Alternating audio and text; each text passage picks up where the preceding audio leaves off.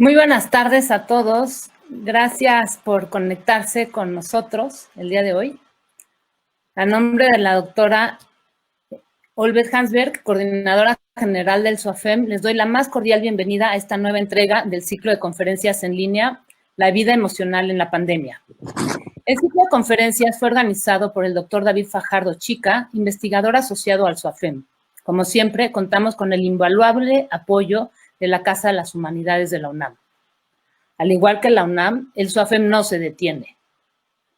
Antes de iniciar, quisiera comentar que si tienen preguntas para el conferencista, por favor escríbanlas en el chat para ser contestadas una vez terminada la presentación. La pandemia de COVID-19 ha sido fuente de temores para todos. Estos miedos pueden tomar diversas formas, entre ellas el miedo al contagio, a la vulnerabilidad económica, al deterioro de la salud o al desorden social. A pesar de que las causas sean comunes, el miedo se vive de manera muy personal. Los cerebros humanos operan de formas similares, pero la experiencia del miedo incluye elementos de la cultura en la que vivimos y de nuestra historia personal que la hacen muy particular. Tener en cuenta estos elementos nos servirá para la comprensión de los temores propios y ajenos. El día de hoy, la doctora Melina Gastelum Vargas nos presentará una visión compleja del miedo y de cómo nos afecta a todos en las cualidades del miedo en la pandemia. Melina es profesora de la Facultad de Filosofía y Letras y profesora de Filosofía en la maestría y el doctorado de Filosofía de la Ciencia en la UNAM. Es doctora en Filosofía de la Ciencia con especialidad en Filosofía de las Ciencias Cognitivas por la misma casa de estudios.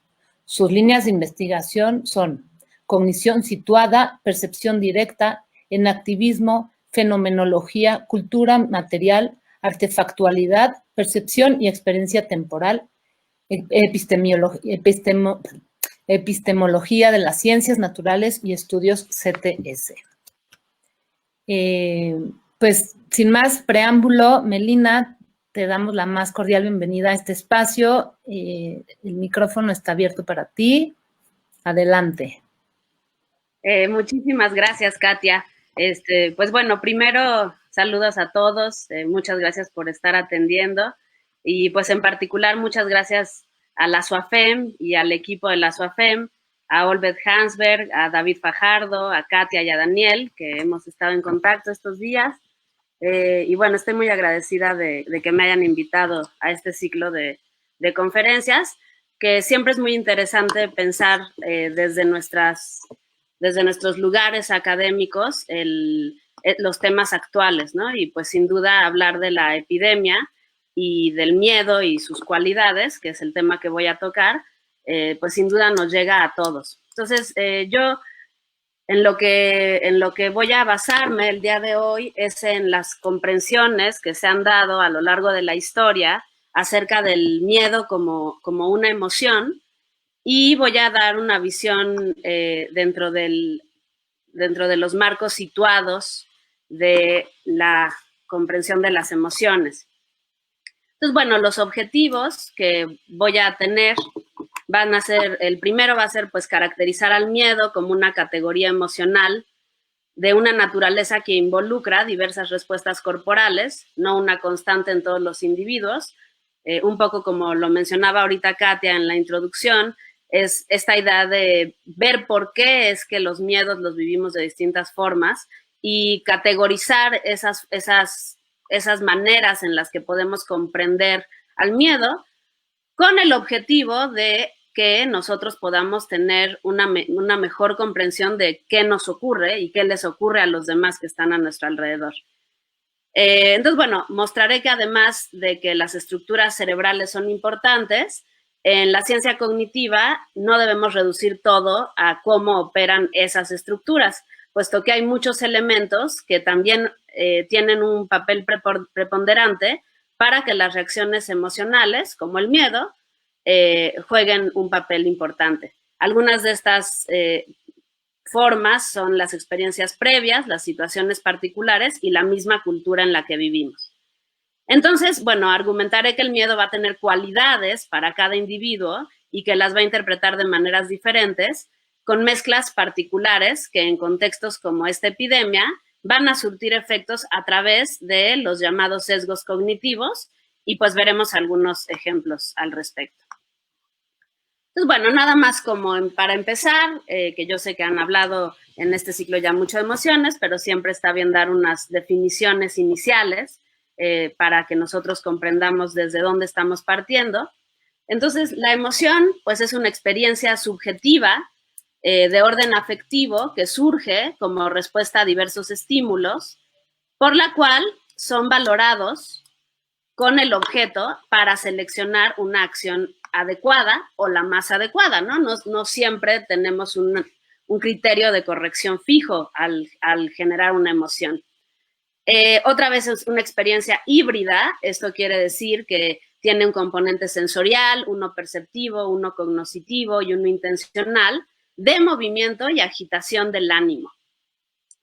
Esto es en el sistema afectivo y que puede ser similar a las sensaciones por estar dotadas de cualidad, intensidad y tonalidad, ¿no? Las sensaciones tienen siempre una cualidad que va a tener una particularidad para cada quien, una intensidad y un tono, ya sea positivo o negativo. Hay ciertas emociones que nos van a dar una afección positiva, otros una afección negativa, y en distintas circunstancias eso juega un rol para cómo vamos a actuar.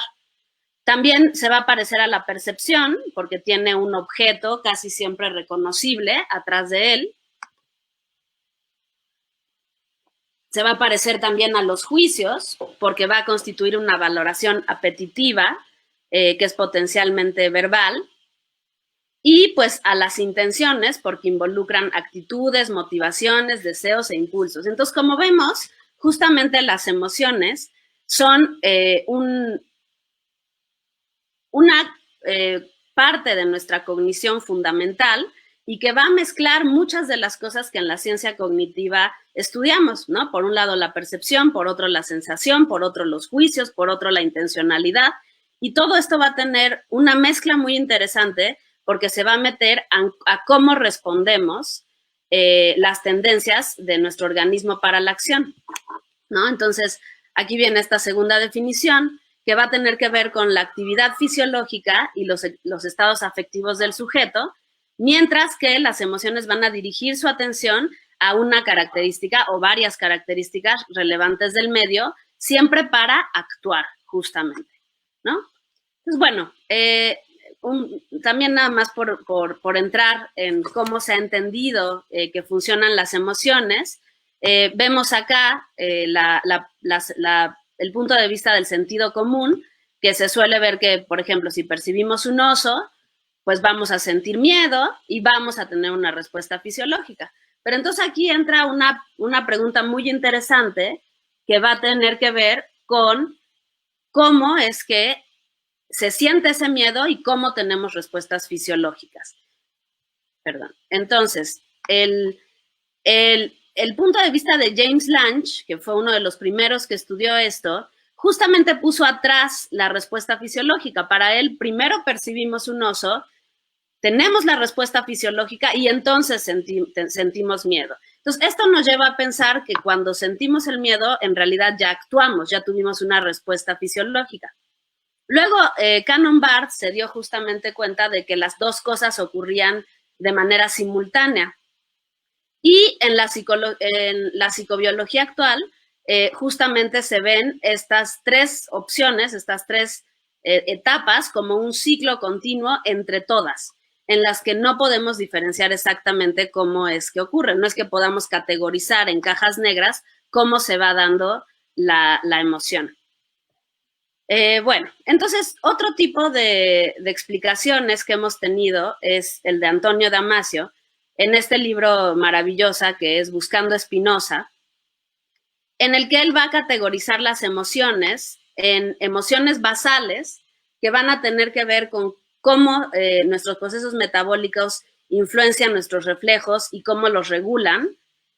Un ejemplo de ello es cuando estamos entusiasmados o animados o cuando estamos con desánimo. Son emociones que están, digamos, de fondo en nuestro estar en el mundo, en nuestro ser en el mundo, y las tenemos ahí y con ese filtro es que interactuamos con el mundo. ya veremos justamente que en esta pandemia hemos aprendido a tener una emoción basal que normalmente no tenemos, ¿no? Una emoción basal que está todo el tiempo a la espera de noticias, a la espera de una catástrofe, etcétera. Luego van a estar las emociones primarias, que se han categorizado como estas 6, que es ira, miedo, tristeza, sorpresa, disgusto y alegría. Y estas se comparten en todas las sociedades humanas. Ahora vamos a ver que no están así, sí están de fondo en todas las emociones, pero vamos a ver un poco más adelante que esta noción se ha refinado mucho. Y luego van a estar para Damasio las emociones sociales, como la simpatía, la vergüenza, la culpa, el orgullo, los celos, la envidia, la admiración y el desprecio, que van a tener que ver justamente con la cultura en la que vivimos, con cómo nos relacionamos con los demás, con el tipo de interacciones que tenemos y no solamente con un estímulo y nuestra respuesta.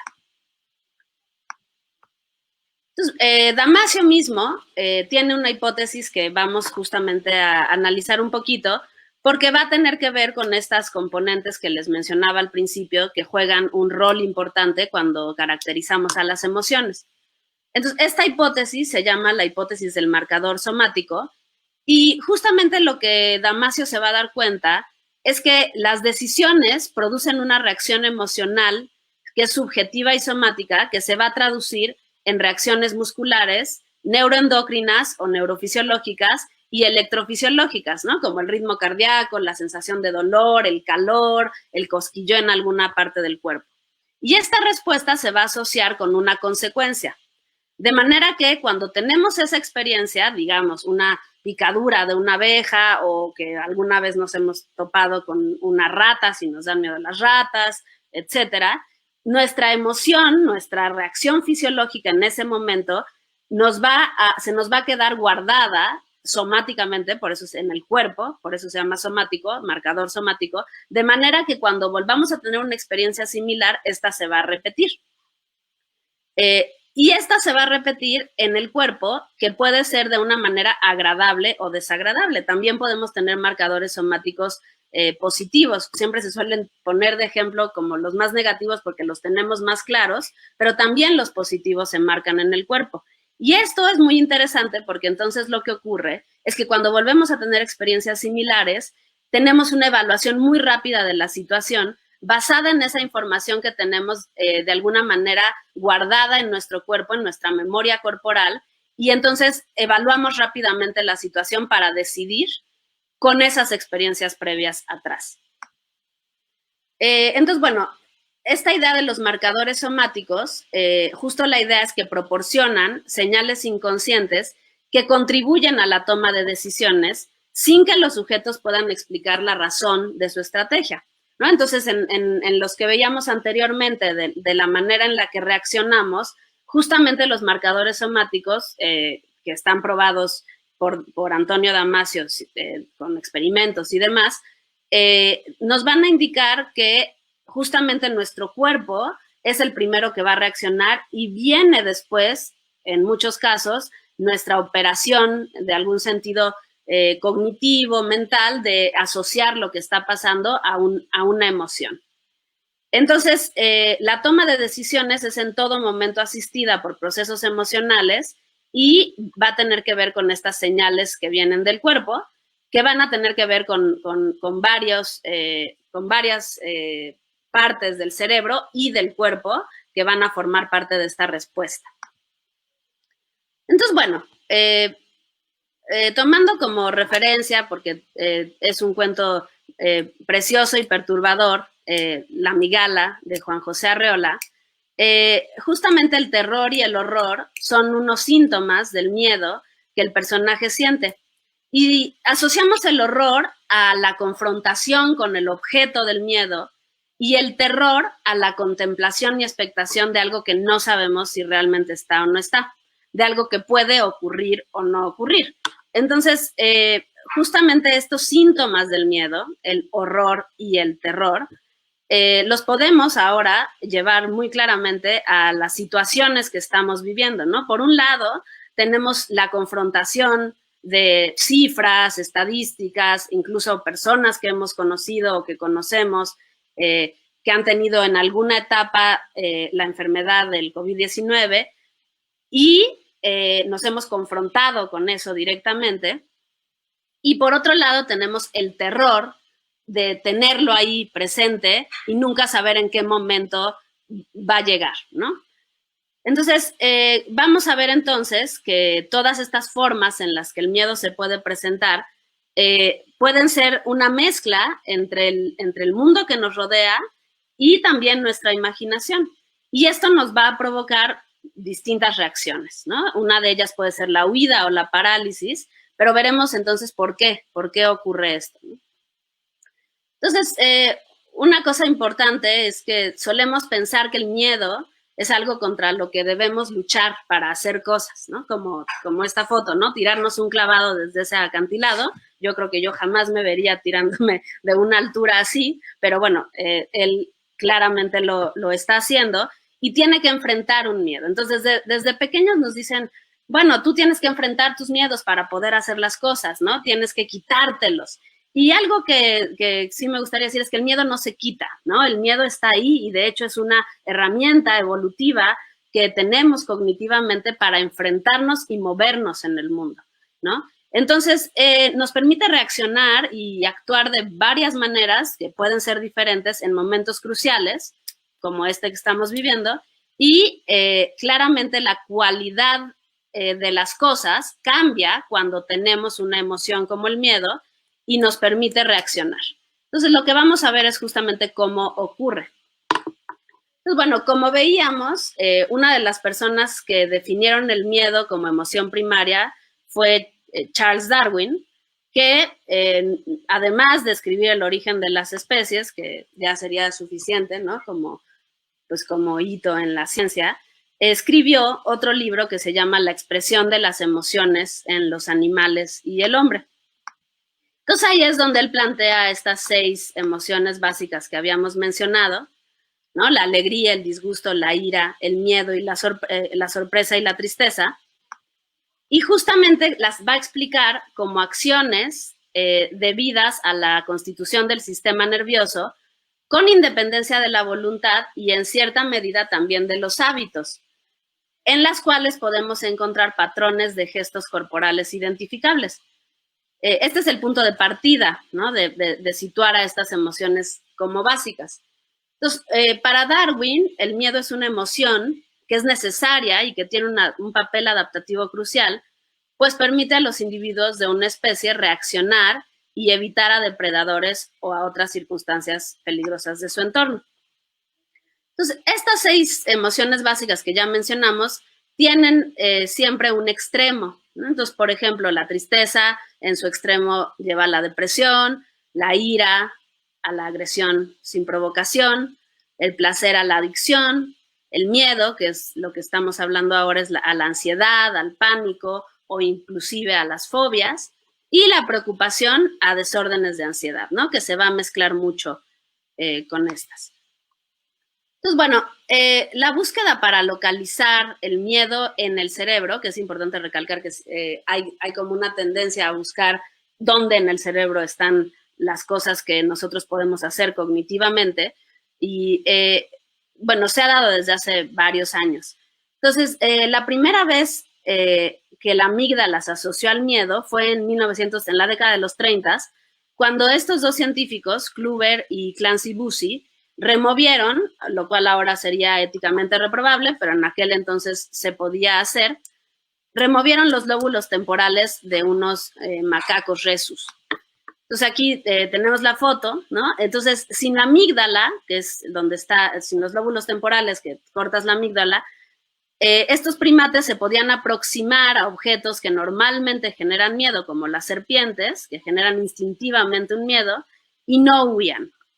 Entonces, estos científicos atribuyeron el comportamiento a la ausencia del miedo, y esto lo atribuyeron a que estaba directamente causado por la falta de la amígdala, y la llamaron que esto era una ceguera psíquica. Tiempo después, Joseph Ledoux, ya en los 90, en el 94, planteó en el libro del cerebro emocional, que les recomiendo ampliamente tenerlo ahí porque es además un libro muy bonito, plantea una hipótesis que va a tener que ver con explicar el miedo como lo hemos estado viendo, como respuestas psicológicas y corporales que ocurren de manera universal en una ruta que se va a activar cuando nuestro cuerpo debe reaccionar a un estímulo. Pero entonces él va a decir que va a haber dos rutas. Una ruta, que es la ruta talámica, que es vía el tálamo y la amígdala, ¿no? Que es aquí, como lo vemos por acá, el tálamo, y luego se va a la amígdala, en donde se activa rápidamente una respuesta de tipo acercamiento-alejamiento y está basada en información sensorial elemental sin identificar conscientemente el objeto que lo induce. Y luego está la ruta neocortical que va al tálamo y luego a la corteza visual. Esta ruta va a detonar reacciones más complejas, más diferenciadas, más lentas y va a estar basada en informaciones sensoriales más integradas. Entonces, la activación de la amígdala por parte de inputs, es decir, por información que recibimos del neocórtex, va a ser consistente con la idea de que el procesamiento es postcognitivo, es decir, que ocurre después de que ya ocurrió la acción perceptual. Y la activación de la amígdala por parte de los inputs talámicos va a ser también consistente con la hipótesis de que el procesamiento puede ser preconsciente y precognitivo. Entonces, estas dos rutas abarcan lo que veíamos en un inicio, que podemos tener distintos tipos de reacciones de miedo, ¿no? Una mucho más lenta, que podríamos llamar mucho más racional, mucho más consciente, en el sentido de que estamos atentos a lo que está ocurriendo, y otra que es mucho más inmediata, que es la ruta que va directamente a la reacción corporal, ¿no? La tálamo-amígdala. Entonces, hubo un caso muy importante, que es el caso más estudiado con estas teorías, que es de una señora denominada SM, que está afligida con una enfermedad genética que va obstruyendo gradualmente la amígdala durante su niñez y la adolescencia. Y esta enfermedad se llama Urbach-Witt. No sé si lo pronuncio bien, pero se llama así. SM está saludable y posee una inteligencia promedio, pero su relación con el miedo es inusual. Entonces, se le hacen todo tipo de pruebas con diversos estímulos que comúnmente provocan miedo, como poner enfrente arañas o serpientes, como las que veíamos con los macacos, pero ella no lo sentía, no sentía miedo.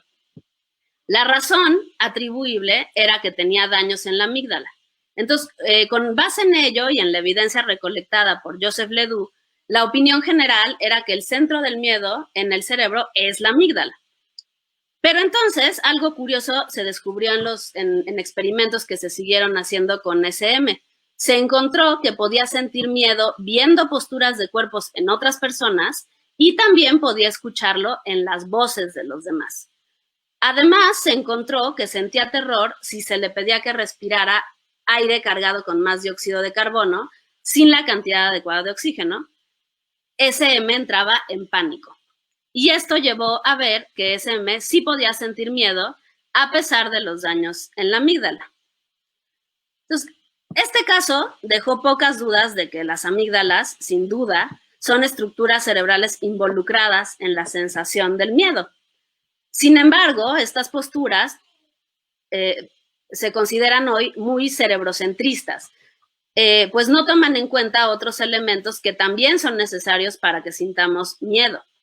De hecho, el caso de que SM sí se atemorizara en algunas circunstancias nos puso a pensar de qué otras cosas contribuyen a sentir miedo. Entonces, los estudios de neurociencia más recientes sugieren que las emociones como el miedo no son una cadena incontrolable de reacciones, aunque se sientan así, sino que aparecen de manera distinta, como veremos a continuación.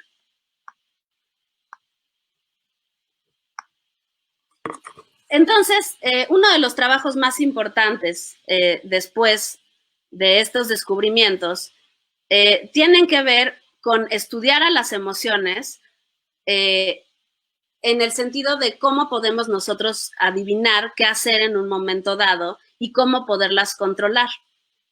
Entonces, Lisa Feldman Barrett, que la están viendo ahí en pantalla, en este libro que también es muy, muy interesante, que se llama How Emotions Are Made, justamente ella va a ver y va a analizar con muchos experimentos y con muchas pruebas que hace en todo el cuerpo, que las emociones como el miedo no están alambradas en el cerebro y listas para ocurrir, sino que se van a producir a libre demanda. Entonces, como resultado, vamos a tener mucho más control sobre el miedo de lo que nosotros creemos. Entonces, lo que ella va a plantear es que hay 3 componentes principales en entender las emociones como el miedo, que van a tener que ver con nuestro cuerpo, con nuestro entorno y con las experiencias pasadas, ¿no? Que como ya habíamos visto, las experiencias pasadas en las emociones siempre van a formar una parte crucial de cómo sentimos el día de hoy las emociones. Entonces, el cuerpo va a sentir todas las sensaciones que nos ocurren, como los latidos cardíacos, la temperatura, cualquier dolor estomacal o sensación de estar incómodo, y le va a dar al cerebro las señales de lo que está ocurriendo y lo que necesitamos hacer. Entonces, ese es el primer componente, el cuerpo. Lo que ya vimos durante la charla hasta ahora es lo que le ocurre al cuerpo. Pero después vamos a tener el ingrediente 2, que es crucial y que ahora vamos a ver que es muy importante, por ejemplo, en cómo vivimos hoy las emociones como el miedo, que es el entorno.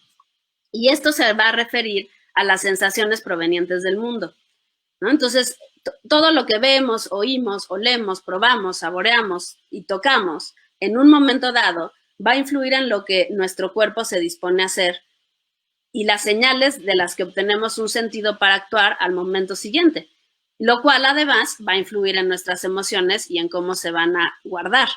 Y el tercer componente es justamente nuestras experiencias pasadas, que va a ser un factor crucial para ver la manera en que predecimos con nuestro cuerpo y nuestro cerebro.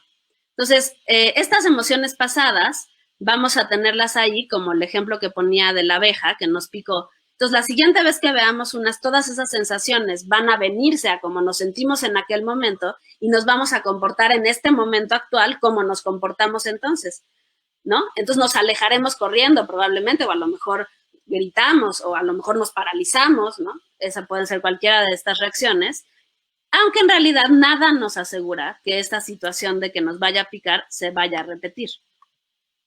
Entonces, nuestro sistema, cuerpo, cerebro, ambiente, va a establecer una situación parecida con experiencias previas y va a reaccionar como lo hicimos en otros momentos. Y esto va a ocurrir con todo, ¿no? Con una cosa tan simple como una picadura, como con miedos más complejos, como la pérdida de los seres queridos o la visita a algún lugar particular, ¿no? Y además se pueden mezclar con muchas otras emociones, no es que ocurran encajonadas estas emociones, siempre hay una mezcla de ellas. Otro teórico que habló de esta valoración corporizada fue Jesse Prince, que trabaja las emociones justamente como percepciones simples de nuestros cambios corporales. Entonces, él lo que va a decir es que las emociones están calibradas para asuntos de interés que tenemos en el ambiente y se van a calibrar, él va a decir, por archivos de incitación innatos cuyos contenidos se van a definir culturalmente.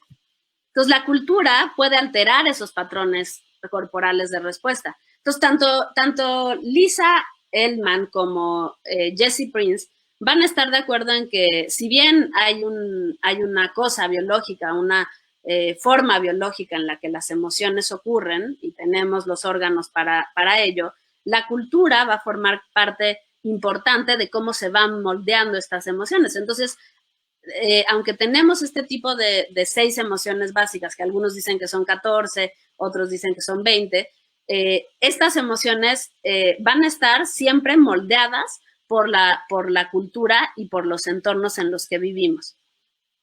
Entonces va a aportar huella de lo innato y huella de lo adquirido. Entonces, otra vez, como siempre vemos estas dicotomías que se presentan en el pensamiento de los seres humanos y cómo tratamos de sobrepasarlas, cómo tratamos de ver que en realidad es un imbrincado de cómo se va desarrollando la naturaleza con la parte cultural. Y bueno, uno de los libros que es este de cuáles son las emociones básicas, que está en Cuadernos de Crítica de la UNAM. Y este es el otro, que es The Emotional Construction of Morals. Entonces, bueno, estas posturas corporizadas, situadas, nos van a mostrar que a pesar de que estas estructuras cerebrales son importantes, desde la ciencia cognitiva no las debemos reducir, los comportamientos no los debemos reducir a cómo operan en nuestro cerebro, porque hay muchos otros elementos que son cruciales, y cuando digo cruciales me refiero a que sin ellos no podría ocurrir.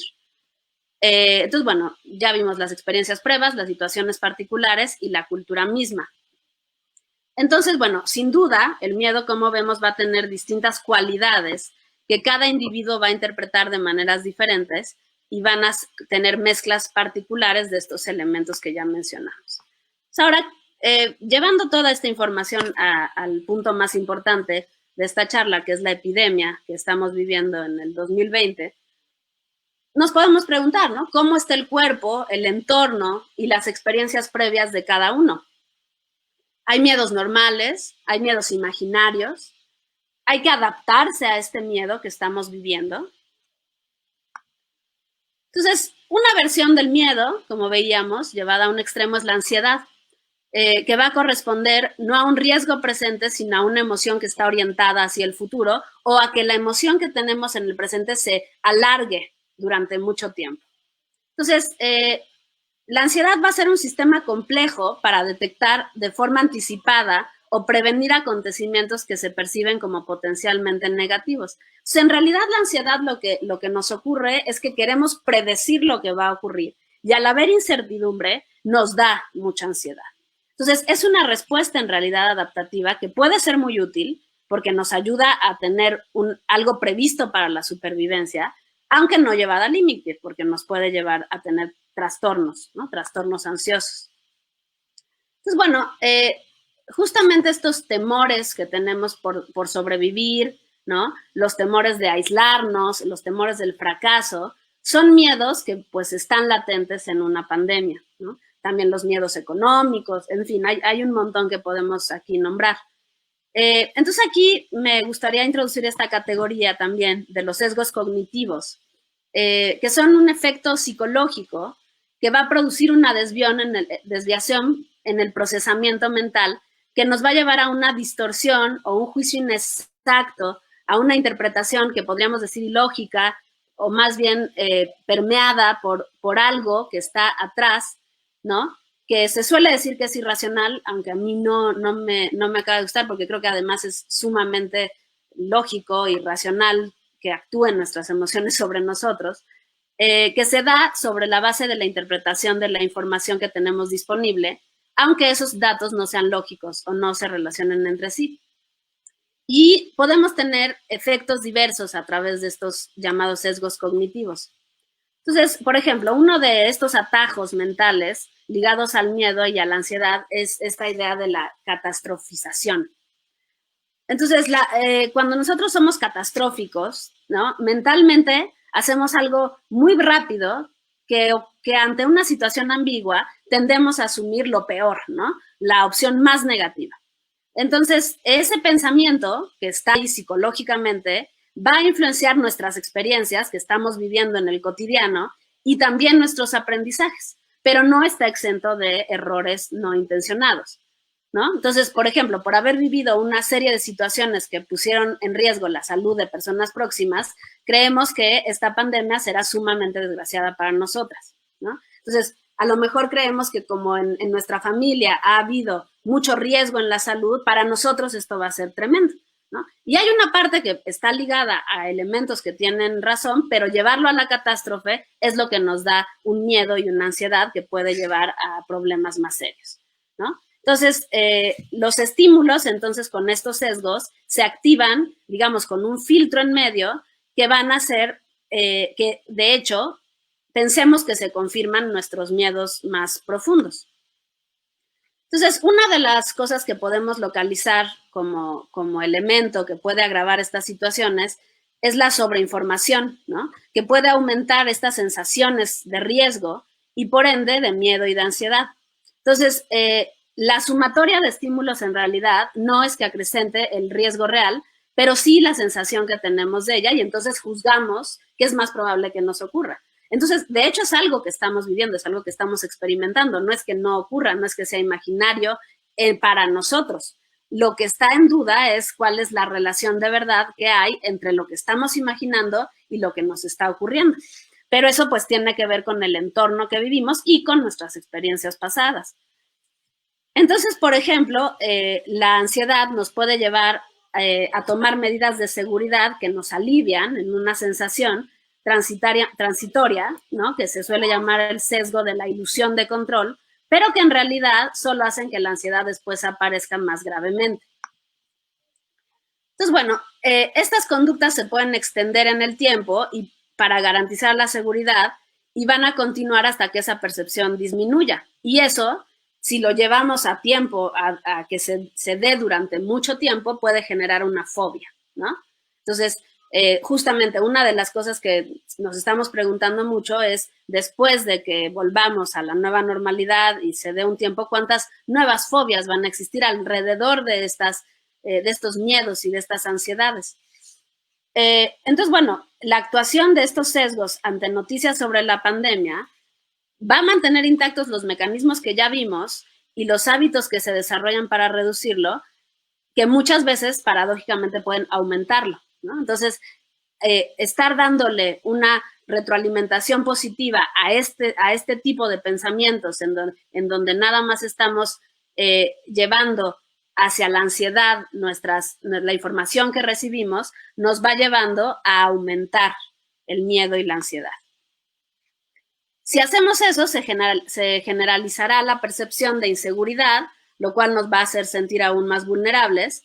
Y en el sentido contrario, si nuestros sesgos minimizan el peligro, podrían hacernos pasar de desconfiados, ¿no? Salir sin ninguna precaución, ¿no? No importarnos si vemos a otras personas, abrazarlas, etcétera, ¿no? Entonces, un ejemplo sería no considerar importante las recomendaciones de la autoridad sanitaria e incumplirlas, ¿no? Bueno, entonces, en suma, los sesgos pueden ser responsables de cómo sobrellevamos nuestros mecanismos innatos para la supervivencia. Y a su vez, pueden no adaptarse a situaciones nuevas y llevarnos a desarrollar malos hábitos de cuidado y seguridad que pueden ser catastróficos o minimizantes. Pues bueno, la gran pregunta sería entonces, bueno, ¿y cómo actuamos, no? ¿Qué podemos hacer? Entonces, bueno, creo y creemos varios que hemos estado conversando sobre estos temas, que pues hay que actuar con responsabilidad, tranquilidad y precisión, ¿no? La sobreinformación puede aumentar una sensación de riesgo y por ende de miedo y de ansiedad, y esta sumatoria de estímulos pues no va a acrecentar el riesgo real, pero sí la sensación de amenaza, ¿no? Entonces, los ataques de ansiedad, si nosotros vemos aquí los síntomas, ¿no? En los manuales de medicina se suele decir que un ataque de ansiedad son personas que tienen por lo menos 4 de estos síntomas, ¿no? Que están aquí. Entonces, si ustedes se fijan, los síntomas del COVID tienen varios que se parecen, ¿no? La molestia del dolor torácico, la sensación de asfixia, ¿no? Náuseas y malestar estomacal, palpitaciones, frecuencia cardíaca, latidos cardíacos, sudoración, ¿no? Etcétera. Entonces, también es muy bueno tener claro, y yo sí creo que la información es una manera de que uno pueda tener claridad en cuando se siente de una manera o de otra para justamente poder tomar las cosas con más serenidad y con más tranquilidad, y darse cuenta que pensar de esta manera y pensar en los síntomas del COVID muchas veces nos lleva justamente a ansiedades y sensaciones muy fuertes de miedo, y entonces sentimos que ya estamos enfermos, ¿no? Y esto retroalimenta la ansiedad, porque como vemos, sentimos que tenemos los síntomas que se parecen a los de la ansiedad, pero también se parecen a los del COVID, y entonces entramos en un juego. Yo con varias personas, no sé, seguro les ha pasado que hemos hablado estos días vía electrónica, todo el mundo dice, hoy desperté con COVID, ¿no? Hay una sensación de ansiedad todo el tiempo de que ya lo tienes, de que te va a dar, etcétera. Entonces me parece que justamente, ¿no?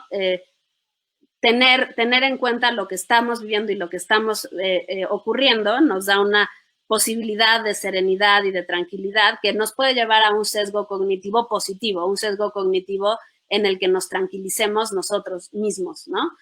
Justamente con este tipo de categorizaciones. Entonces, bueno, también podemos ver que los seres humanos en el entorno, en este elemento que también hablábamos al principio, estamos muy influidos por los demás y pues estamos muy sintonizados para monitorear lo que los demás hacen, ¿no? Entonces, también usamos mucho lo que otras personas hacen como otro atajo mental, también es otro sesgo cognitivo, para decidir cuál sería el comportamiento adecuado, ¿no? Y este mecanismo lo usamos en muchísimas cosas. Entonces, también, si vemos a una persona con una actitud muy precautoria, ¿no? Como lo vimos al inicio de la epidemia, ¿no? Como a copiar demasiado papel de baño, casi lo más natural es hacer lo mismo, ¿no? Porque pensamos que de alguna manera esa persona tiene más información que nosotros y que por eso lo está llevando a actuar de esa manera. Entonces, este es otro sesgo que podemos localizar. Entonces, bueno, para cerrar, podríamos decir que el miedo, pues está ahí, ¿no? Y las formas de miedo están ahí todo el tiempo. Y ya vimos que además es algo que necesitamos para muchas cosas. Y por eso la información justa, creo yo, es el primer gran antídoto, ¿no? Para sobrellevar esta pandemia de nuestro comportamiento. Y debemos enfocar entonces nuestra atención en la información experta, ya que eso nos puede ayudar a reducir riesgos reales y protegernos. Entonces, pues hacer de más no trae mayores beneficios y por supuesto no hacer nada también tiene consecuencias muy negativas para nosotros y los demás. Y pues muchas gracias por su atención.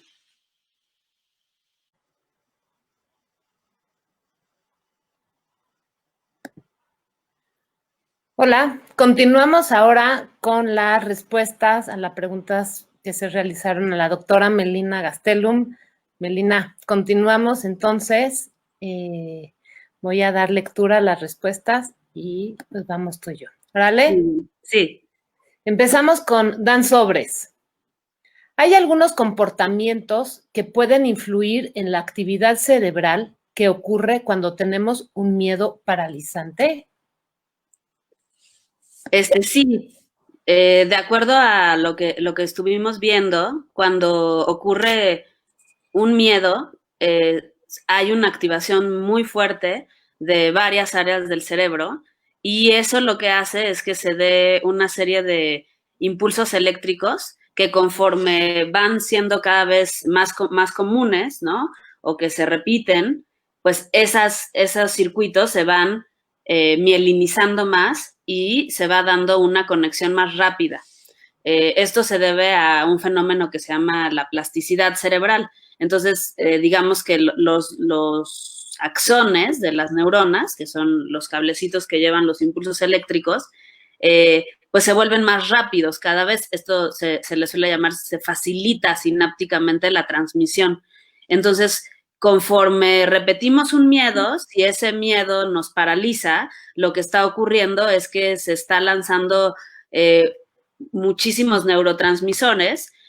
Uno de ellos es la dopamina y ese neurotransmisor, cuando tenemos el estímulo, va a dar otro tipo de neurotransmisores, como uno que se llama el aminobutírico, que se le dice GABA, como en la jerga de neurotransmisores, y entonces esas sustancias hacen que, digamos, el cerebro cada vez que hay este tipo de estímulos reaccione de la misma manera, ¿no? Entonces, digamos que sí, nuestro cerebro se va adaptando a los estímulos que vamos teniendo a lo largo de la vida, entonces si nuestra reacción ha sido paralizarnos, cada vez que tengamos ese tipo de estímulos nos vamos a paralizar.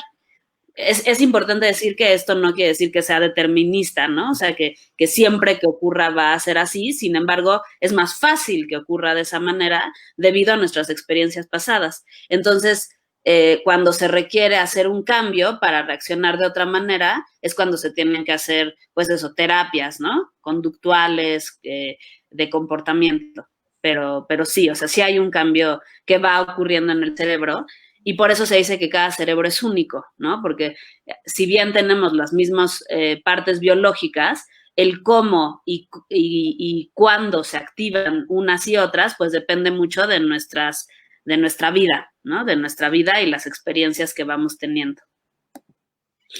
Ok, continuamos ahora con la siguiente pregunta de Julieta Lomelí. Dice, los sesgos cognitivos tienen una base orgánica o solo una base psicosocial?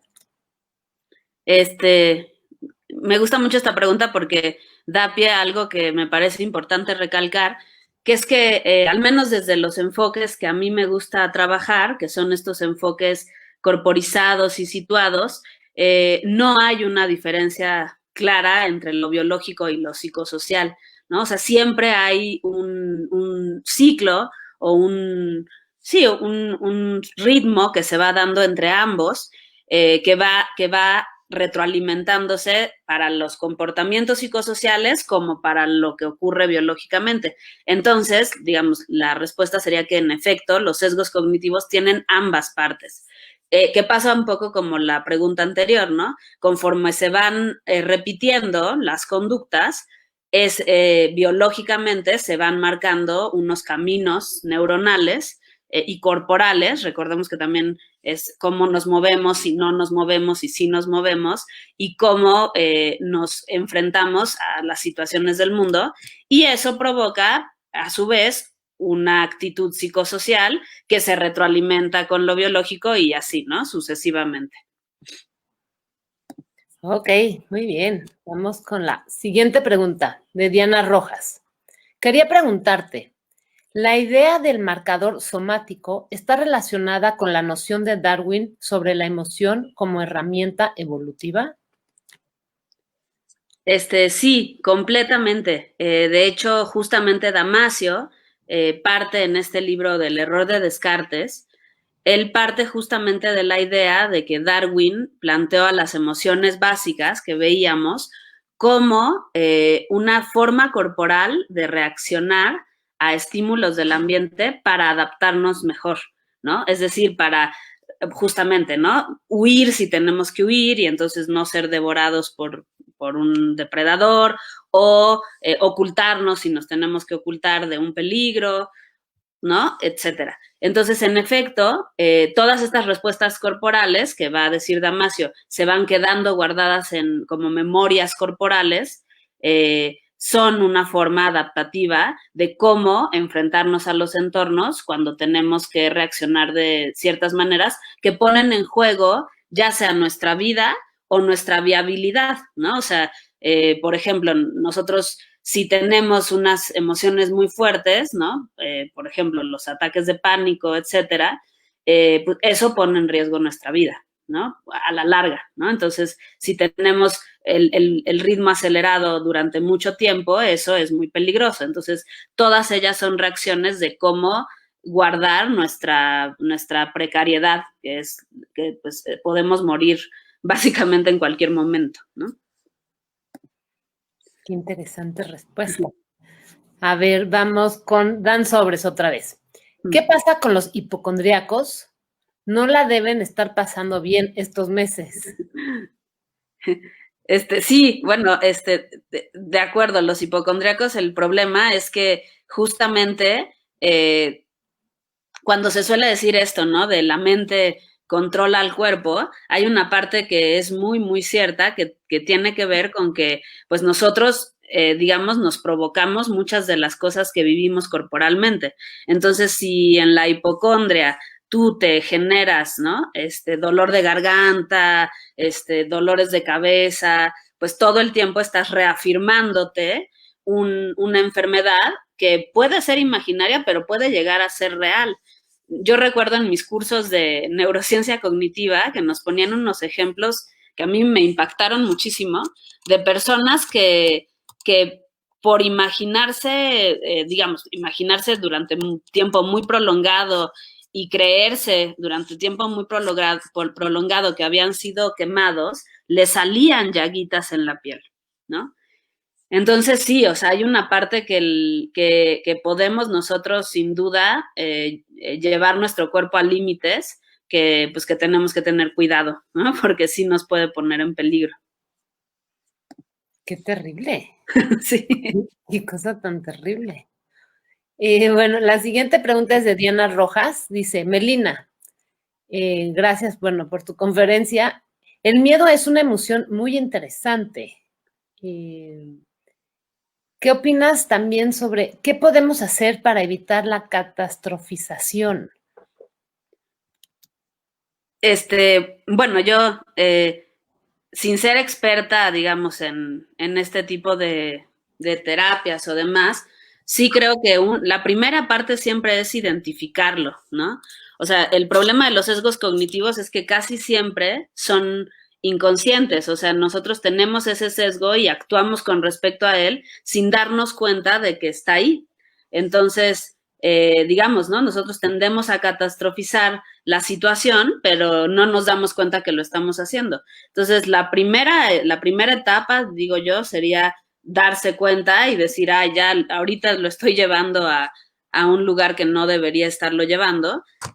Y bueno, en la siguiente, pues hay muchas técnicas, ¿no? En las que, repito, yo no soy experta, pero, por ejemplo, he leído que la meditación sirve muchísimo para, pues eso, para poner, pues, calma en la mente, ¿no? Y calma en las emociones, o al menos sirve para poder aprender a respirar de maneras que nos ayudan a calmarnos en momentos cruciales, que hay que tener cuidado, ¿no? Porque una cosa es aprender a respirar y otra es respirar e hiperventilarte, y entonces eso puede causar mayor ansiedad y mayor estrés, que ocurre mucho, ¿no? O sea, en los ataques de pánico muchas veces lo que ocurre es que la sobreoxigenación provoca un malestar que es corporal y que acaba haciendo que nos lleve a ir al doctor o al hospital sintiendo que nos puede dar un ataque cardíaco, por ejemplo, y es por la sobreoxigenación. Entonces, aprender a respirar en el buen sentido, ¿no? O sea,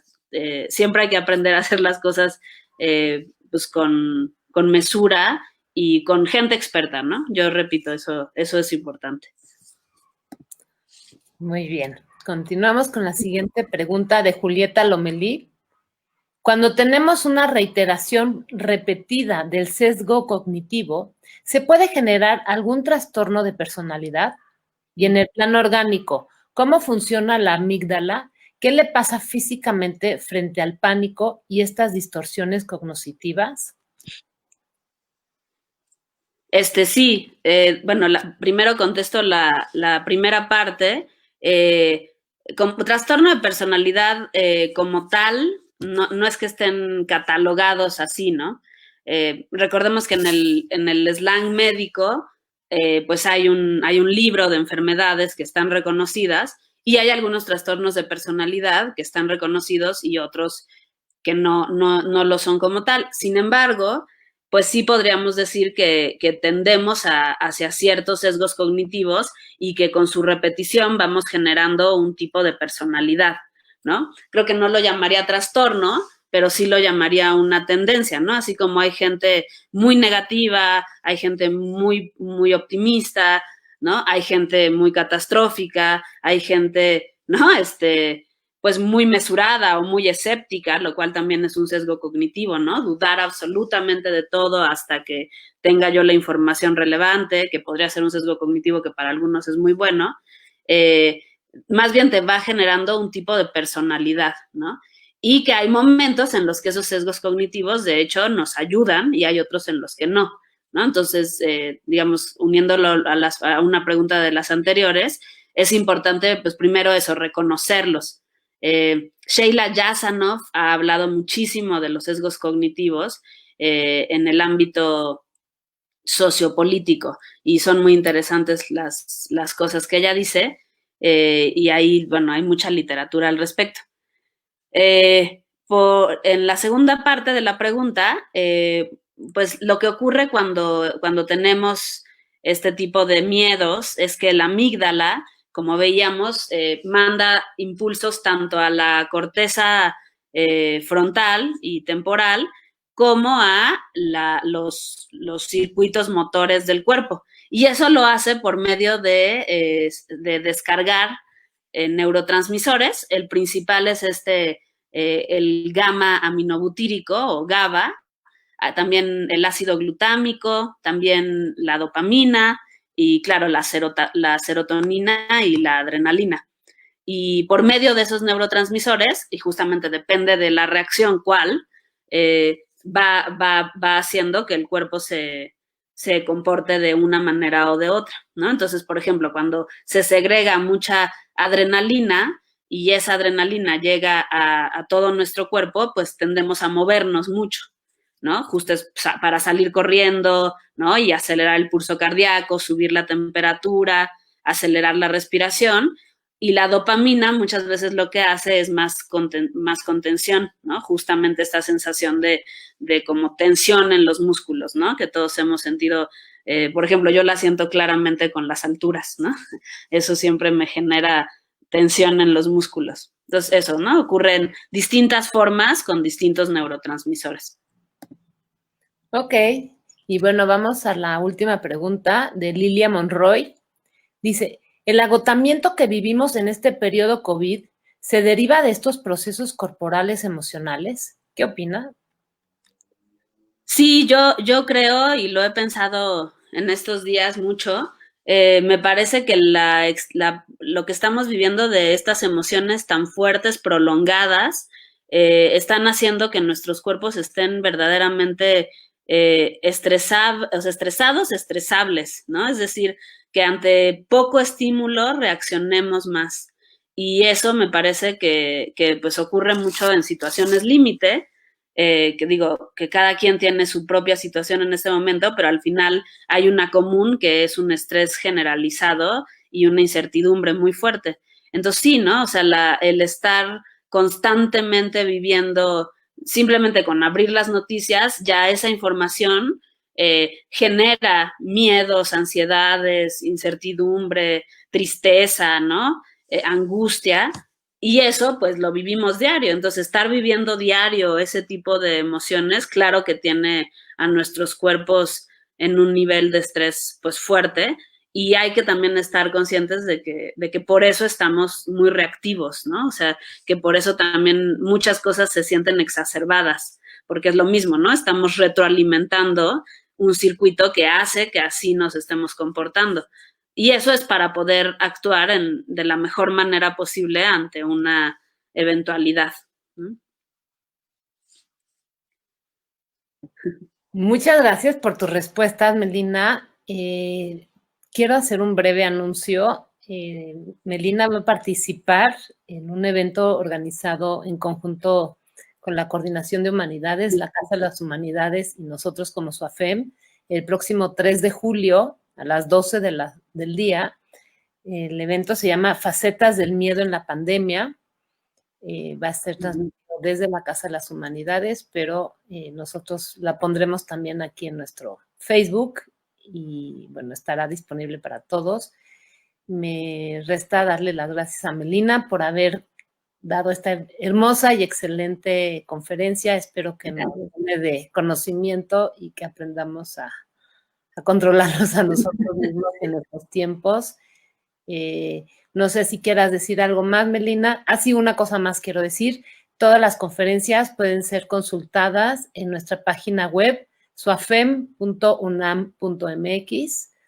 Y bueno, pues eso es todo por parte de nosotros del SUAFEM. Muchas gracias, Melina. Yo también les agradezco muchísimo. Me encantó participar en este ciclo de conferencias, me parecen súper importantes y además son temas que justo ahorita son muy relevantes para todo mundo. Y pues eso, encantada de ponernos en contacto, de conocerlos y pues mi agradecimiento. Y ya nos veremos la semana que entra bueno, en unas semanas con la Casa de las Humanidades, ¿no? Pues muchas gracias, Melina. Yo con esto doy por terminado el día de hoy. Gracias a todos por participar. Hasta luego. Hasta luego.